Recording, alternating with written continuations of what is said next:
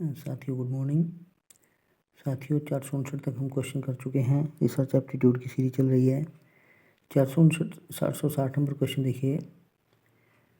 सांख्यिकीय विश्लेषण द्वारा शोधार्थी पाता है कि टी का मान महत्वपूर्ण है।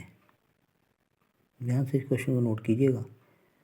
सांख्यिकीय विश्लेषण द्वारा यानी स्टैटिकल एनालिसिस द्वारा शोधार्थी यानी जो रिसर्च कर रहा है वो ये पाता है कि टी का मान महत्वपूर्ण है। इस परिकल्पना के आधार पर कौन सा निर्णय सही है, कौन सा निर्णय उचित है। ये देखिए, ये निर्णय लिए गए हैं ABCDE। शून्य परिकल्पना नकारी जानी चाहिए यानी कि रिजेक्ट कर देना चाहिए। बी है शोध परिकल्पना स्वीकार की जानी चाहिए। सी है शून्य परिकल्पना स्वीकार की जानी चाहिए। डी है शोध परिकल्पना नकारी जानी चाहिए। और ई है शोध परिकल्पना के संदर्भ में कोई निर्णय उचित नहीं है। तो नीचे दिए गए विकल्पों में से सही उत्तर चुनिए। ABCD 4 दी है, इसमें आंसर सब ऑप्शन दिए हैं। 2020 शिफ्ट 2 में आया क्वेश्चन है। तो आंसर क्या रहेगा? ए।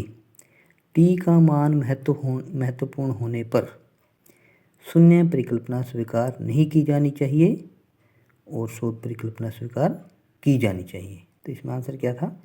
ए और बी। आशा करता हूँ क्वेश्चन आपको क्लियर हो गया होगा।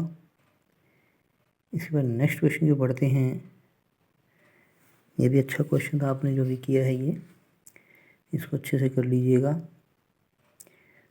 461 नंबर क्वेश्चन देखिए। नीचे दो कथन दिए गए हैं, नेक्स्ट पेज में है, वैसे तो नीचे ही कहा जाएगा जो उसने लिखा है। कथन 1, शोध परिकल्पना एक अनुमानित कथन है जो अध्ययन की समस्या के निदान की दिशा में चरों के बीच संबंधों को अभिधारित करता है। ये है आपका पहला। दोबारा से पढ़ लेते हैं इसको। नीचे दो कथन है। पहला कथन देखिए, शोध परिकल्पना एक अनुमानित कथन है जो अध्ययन की समस्या के निदान की दिशा में चरों के बीच संबंधों को अभिधारित करता है। ये था आपका पहला कथन। इसके बाद हम दूसरे कथन की पढ़ेंगे, देख लीजिए इसको। ये है दूसरा कथन। दूसरा कथन देखिए, गैर संभाव्यता प्रतिदर्श प्रतिचयन प्रक्रिया जनसंख्या प्राचल के लिए सर्वोत्तम आकलन है। दूसरा कथन क्या है? गैर संभाव्यता प्रतिदर्श प्रतिचयन प्रक्रिया जनसंख्या प्राचल के लिए सर्वोत्तम आकलन है। उपयुक्त कथनों के आलोक में निम्नांकित विकल्पों में सही उत्तर चुनें।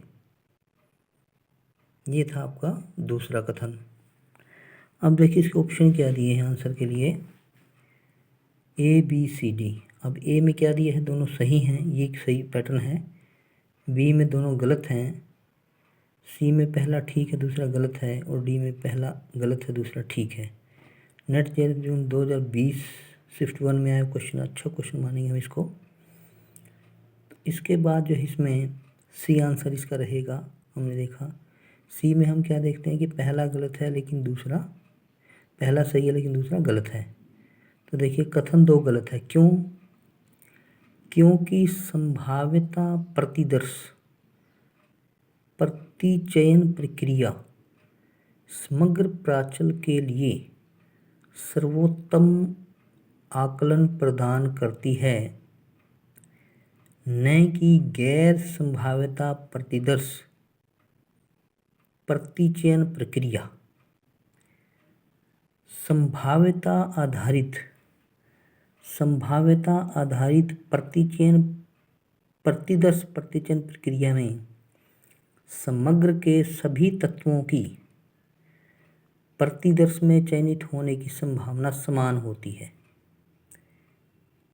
और इस तरह एकत्र किए गए प्रतिदर्श समग्र की विशेषता को दर्शाते हैं अथवा समग्र का प्रतिनिधित्व करते हैं।